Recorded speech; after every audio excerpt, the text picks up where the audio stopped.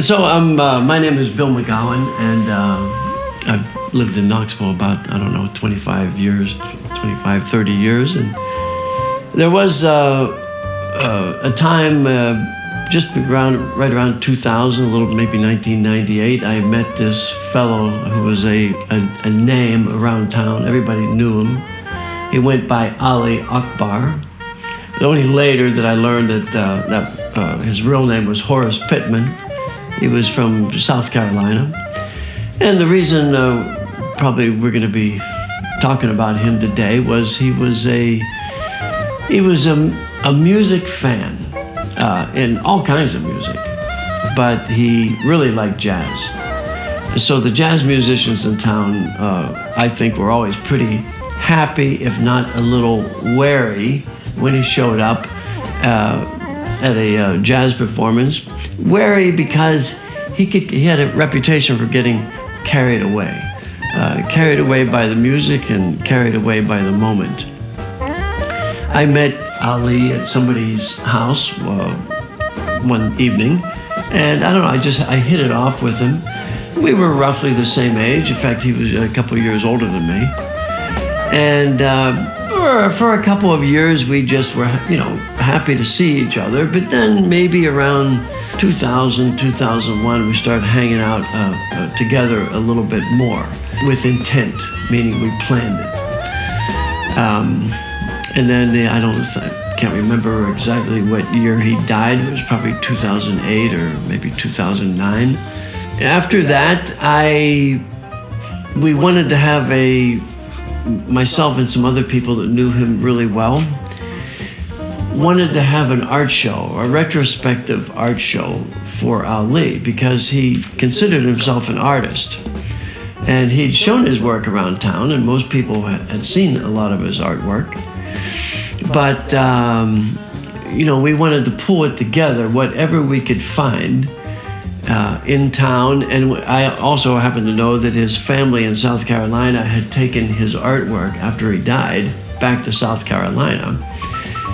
And so we thought maybe we could get that back, at least for a show.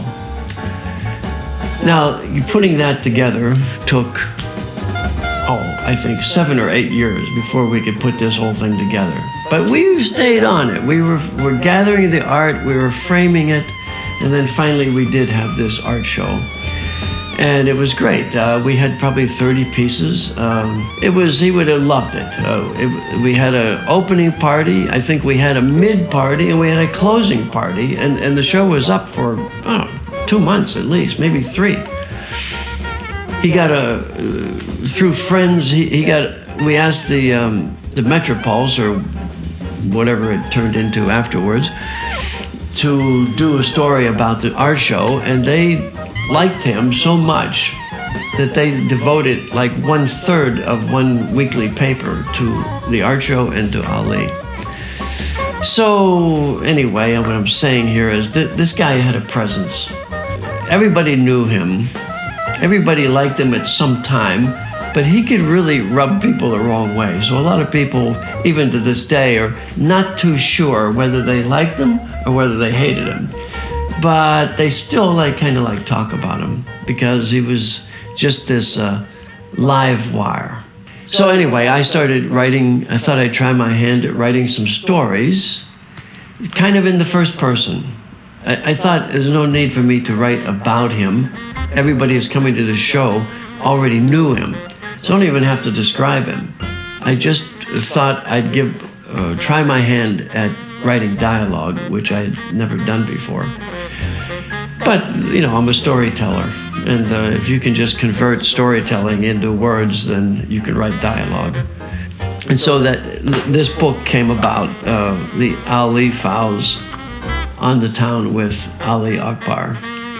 And this photo, actually, was taken on my front porch. I took it. And I can tell you about the guy. He had this capacity it was like a chameleon. 2 hours before this, he was sitting in my backyard with his shirt off, drinking PBR, sitting down on the ground on a mattress I had, or a blanket I had out there with another friend of mine. And he was laughing. He was drinking PBR. At one point, he even passed out. And when I think that that was just a mere 2 hours before this photo, when he just came in the house, changed, washed up, put on his evening clothes, and then he was out there on the front porch just talking and having a good time. And that's the kind of captures the guy. These stories capture him in his own words. And so I say some of those words might seem offensive in some situations. So he's pushed the edge. He always pushed the envelope. And I decided on a lot of it to just go with what he said, since it's his book, it's his life. Anyway, if he were still alive, he'd be at all the jazz shows in town. So every jazz musician in town knew him. Why don't we start with one, in fact, that captures that. It's called, let's see here, Ali's Birthday. The first couple of years,